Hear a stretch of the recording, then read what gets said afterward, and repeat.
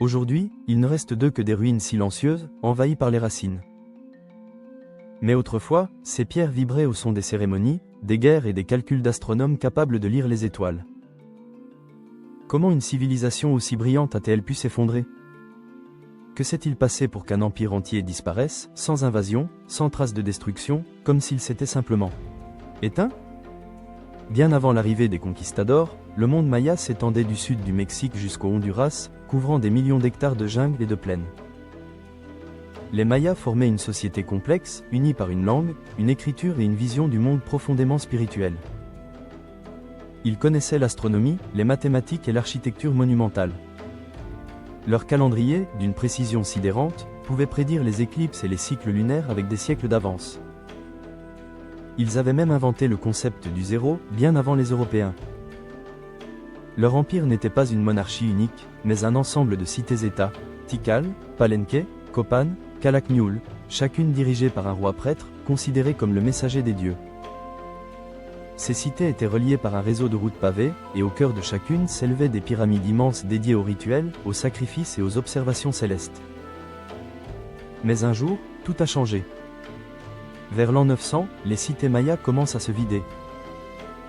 Les marchés se taisent, les temples sont abandonnés, les routes disparaissent sous la végétation.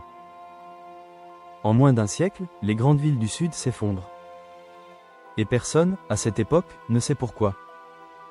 Pendant longtemps, les archéologues ont pensé à une invasion étrangère. Mais aucune trace d'armée ennemie, aucun champ de bataille, aucune cité conquise n'a jamais été retrouvée. Alors, une autre hypothèse est née, celle d'une guerre interne. Les Mayas, divisés entre royaumes rivaux, se seraient détruits eux-mêmes. Pourtant, là encore, les preuves manquent. Les cités tombées ne montrent pas de signes de combat massif, ni d'incendie à grande échelle. Les chercheurs se sont alors tournés vers la nature. Et c'est là qu'ils ont découvert quelque chose d'étonnant. Dans les sédiments des lacs et des rivières, des scientifiques ont trouvé des traces de sécheresses extrêmes, répétées sur plusieurs décennies. Le climat, déjà rude, aurait été bouleversé. Les récoltes se sont effondrées, les rivières se sont asséchées, et la famine aurait frappé les populations.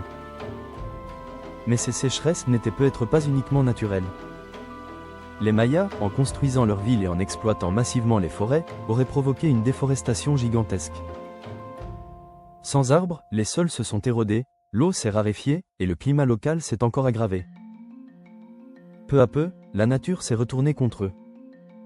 Pourtant, même ces explications rationnelles ne disent pas tout. Si la sécheresse a ravagé certaines régions, pourquoi d'autres cités, plus au nord, ont-elles survécu encore plusieurs siècles? Certains archéologues pensent que la cause était aussi spirituelle.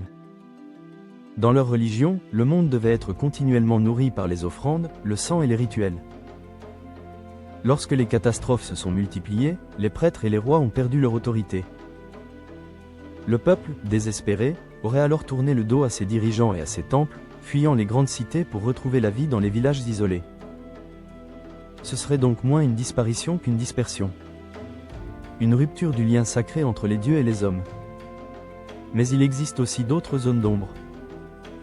Des cités entières restent encore enfouies sous la jungle, intactes, invisibles aux yeux du monde.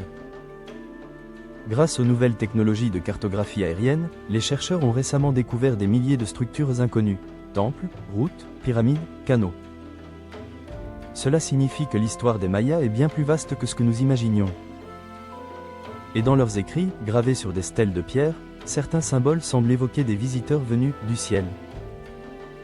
Des prêtres espagnols du XVIe siècle ont rapporté ces récits, parlant d'êtres lumineux descendus des étoiles pour enseigner aux hommes les lois du cosmos.